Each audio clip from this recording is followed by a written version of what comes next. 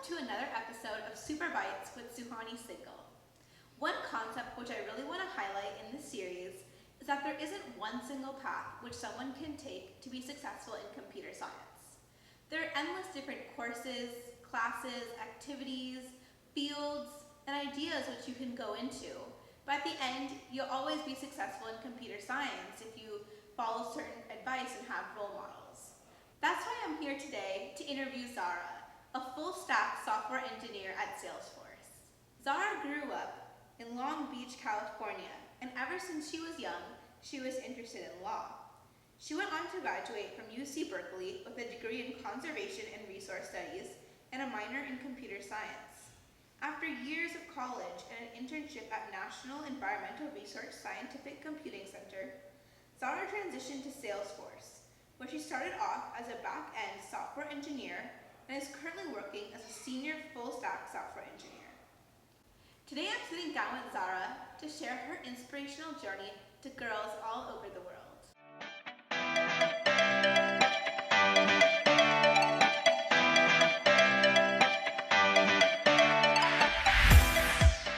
Thank you so much for sitting down with me today, Zara. I'm really excited to learn more about your journey. I'm really excited too. Thanks for having me. So as we dive right into the interview, I kind of want to start talking about your school life and your childhood, just because I'm sure a lot of girls want to know about what you did in school and how you got interested in computer science. So what were your interests at an early age? And were you interested in computer science, technology, or something else? That's a really good question. So I really started exploring technology at an early age because I loved video games. I remember just playing random video games like Crash Bandicoot and even DDR, Dance Dance Revolution. So that kind of brought my passion to learning more about how do we create avatars and be able to manipulate them through controllers.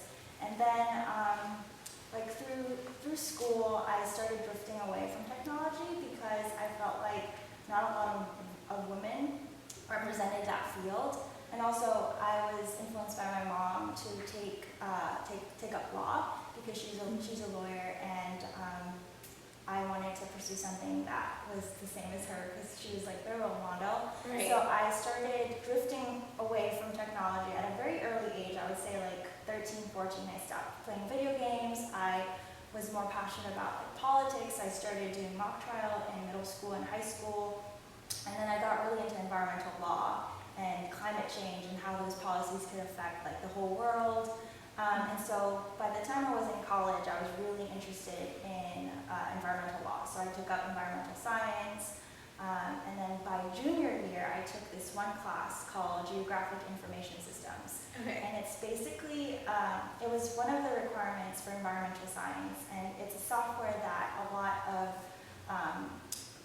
people in policy use to aggregate data to make predictions on certain environmental analytics. For example, we can predict where it's best to put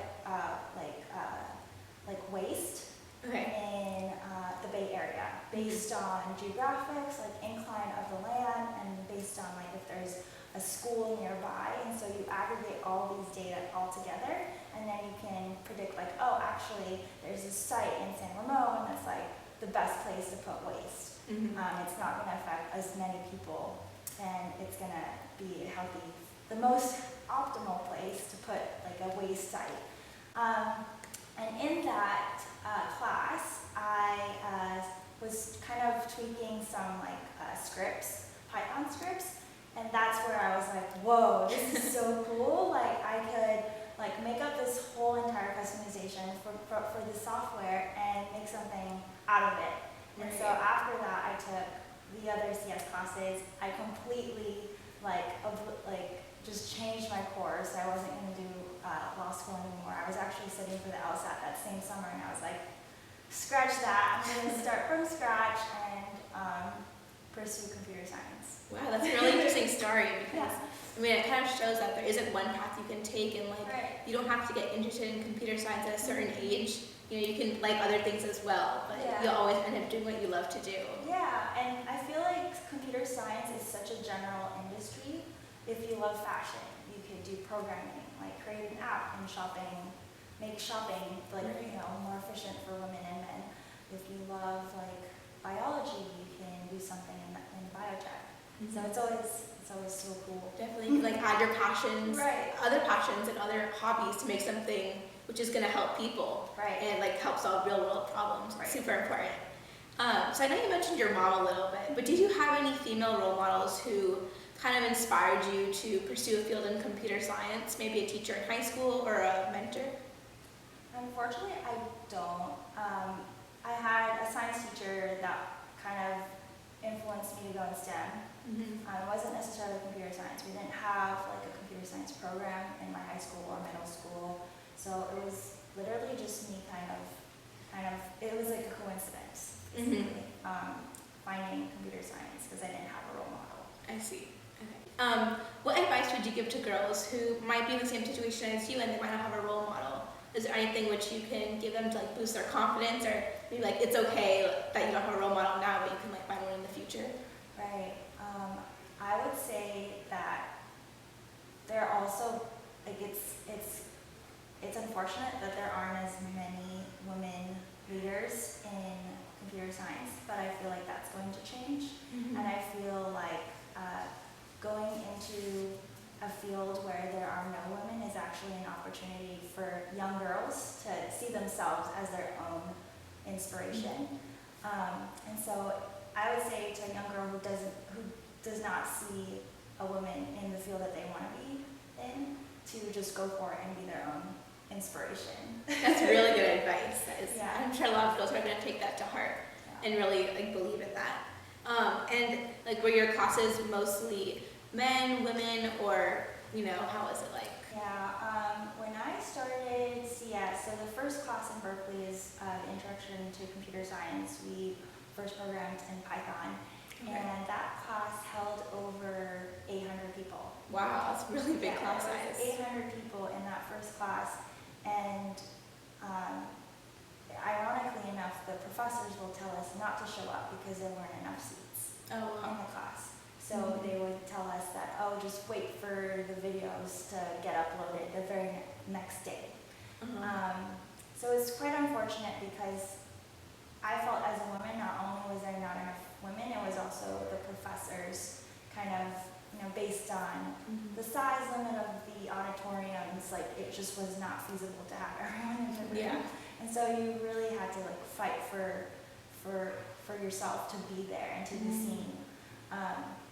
And that's a really good skill set to have, especially after college, is to be in a room full of men and some women and be able to voice your opinions about how this product is supposed to be done correctly on the engineering side. So yeah, it's... Yeah, I mean, I think it's, like you said, it is definitely a hard experience, but also a good one as well because it kind of prepared you. And I'm sure a lot of girls maybe are facing something on a smaller level right now, in computer science classes or in camps. They might be seen as a minority, or it might feel like a minority just because there are so many more boys. But I think it's good to see from your story that, it gets better, and it actually is a good skill that we need to learn now so that later in the future, when we are in the workforce, it's going to be helpful and we're going to be able to be more successful. Right, that's so right. And I feel like whatever circumstances, obstacles that we face, it makes us better engineers. And I think for women being a lack of representation, like you can definitely, add that into the table and say like, hey, why when we create a new car, why are we thinking about seatbelts, how they should be designed for women, and why do we automatically default to the male standards of designing? And as a woman representing, let's say, a new car that's going to be designed and programmed for women, like for people, society in general, like how do we have that conversation? Because we were, in one experience, not represented. But yeah, definitely. It's important, like, we bring a different aspect to the workforce and a different perspective as well, like you said, just to make sure that we're representing everyone. Right. So after college, when you joined Salesforce as a back-end engineer, did you feel the need to learn any new concepts, or did you feel like you could just start coding and start your job right after college? Right. So in Berkeley, they teach you a lot of the theories of computer science and not as much industry knowledge. Mm-hmm. There's one class called software engineering, which I didn't take because it was too packed. I had to fight for a seat for that class and was not lucky, unfortunately. So right off the bat, when I started my first day at work, they started talking about Scrum and these new terminologies that I've never heard of. Scrum is basically this practice of creating products at a certain cadence that's like flexible, but at the same time there's a strategy to it. So Scrum refers to your team. And then there's another terminology that I heard, user stories, which is very common in industry, and it's basically a little piece of a task that you need to do to fulfill a feature. And so all these little, like, small, well, big words, small words that I didn't really understand, I had to like talk to my manager and was like, what is Scrum? Like, what is user stories? And he had to explain it to me. It's those kind of things that I feel like if you don't have exposure to software engineering, even though you took the classes in college, it's like one of the things that you'll just have to learn. Right. I think something which a lot of girls face is, and not just girls in general, actually everyone, is stress. I mean, you know, just like high school in general, then college, and the workforce, and just being successful in general. I mean, stress is definitely a really important thing. So could you maybe talk to us a little bit about how you cope with stress, or maybe advice that you would give to girls who might think that path down the road is going to be stressful and might be discouraged as a result? So in terms of high school and college stress, I definitely had that. In high school, I was type A person, wanted to get straight A's because I felt like 1B would affect me getting accepted to my ideal school. And then I went to college and it was the same thing. Like, one failure would determine the fact that I can't get a job. And I feel like that was something that I had to a pivotal shift in my thinking was that was not the case. Like, as long as you're learning and you're growing and you can educate and share what you learn to other people, because that's a really good way of testing out whether or not you actually understand the concept. That is actually how you get to be a successful professional or wherever you want to be in life. And so in college, the first time I failed a class, I had to retake the introduction of computer science because I failed the first time. It was my first ever programming experience. I really felt like it was a definition of my self-worth, and that I wasn't good enough, and like, why am I in this computer science world when I couldn't even pass this one class? And I really felt low. And I realized that that's not the case. First off, it was my first programming class. There was no like step one or like beginner class. We were faced with people who have been programming for years versus people who just started programming. And there's a curve, right? Like, you're gonna get into situations when you're learning where you really know absolutely nothing, and you have to climb up the ladder until you're in a competent level, and then you're in an intermediate level, and then you're in an expert level. Like, everyone gets to that that stage, even very, very smart, intelligent people. And so understanding that, and understanding that even though it's stressful and I'm not the best at it, like, if I just try hard and I practice and I study and I can help others understand the concept, then I'll get to where I want to be, which is to get a good job and, you know.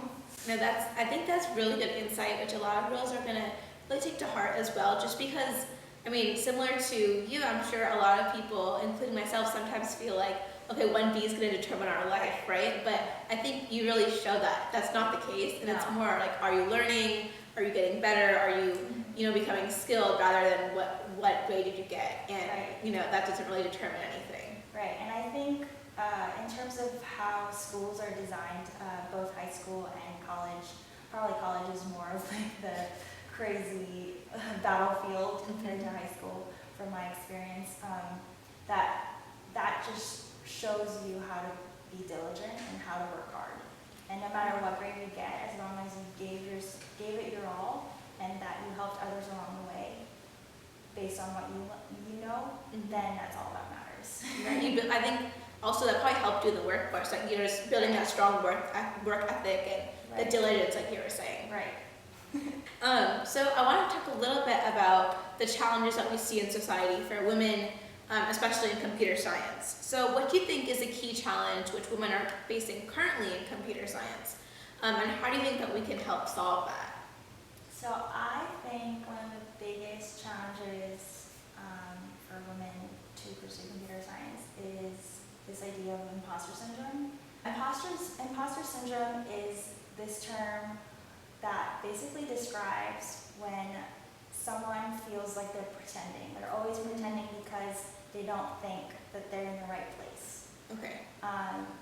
So I think that really stems from not being introduced to computer science at an early stage, and then being thrown in college or even at work and being compared to other people, and usually it's men that have more exposure and more experience. Right. And imposter syndrome is, I think, the biggest challenge because it's such an inner challenge within us, and I think it affects a lot of women, in which we decide, first off, I'm not good enough, and therefore it translates to the work that I do, that I deliver, and it also translates to the decisions I make, like whether or not I want to pursue computer science or whether or not I want to stay in industry after a few years. And it's definitely it's caught me. That bug has caught me a million times, and it's there's two ways that we can fix this. Internally, I think women can be better advocates for themselves and be their own inspiration. And so if they don't see other women that are in this field, they have to just make their own selves. Yeah. And then also understand that it's okay to be compassionate to myself. It's okay to fail. It's okay to not do well in the beginning, because I expect that I shouldn't do so well because it's a new skill. It's like riding a bike. We don't expect young kids to know how to do that right off the bat. Right. Yeah, so that's one of the internal solutions, I think, is just being able to understand that, like, my failures and how I deliver something in the beginning does not define who I am, and it doesn't define my intellect. The second thing is more external on how our society could better improve the situation for women representation in computer science, and I think that's just introducing CS at an early stage. And I think that we give society a disservice when we only show technology, or we only show this really amazing piece of society to men. And that's whether it's just video games, like you're giving your uncle gives only your brother a video game, and like he gives you a doll to play with. Like that to me is like, that girl could have learned how technology is a powerful tool. That's really good advice. Now I'll play a quick game with you just to learn a little bit more about yourself. Sure. So we have this bowl of questions, and the game is called Bowl of Bytes.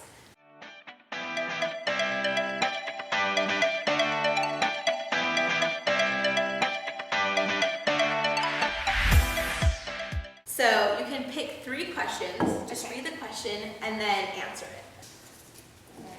A good mix. Alright, first one.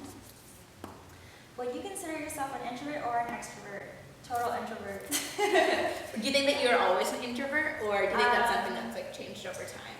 I think I was more an extrovert growing up, and then I just became more introvert as I grew up. Yeah. What is the last book you read? Okay, I'm a type of person that reads multiple books at the same time. But the most recent one that I was just reading was The Power of Habit. Okay, what's that about? It's a book about how we can make habits more natural and intuitive.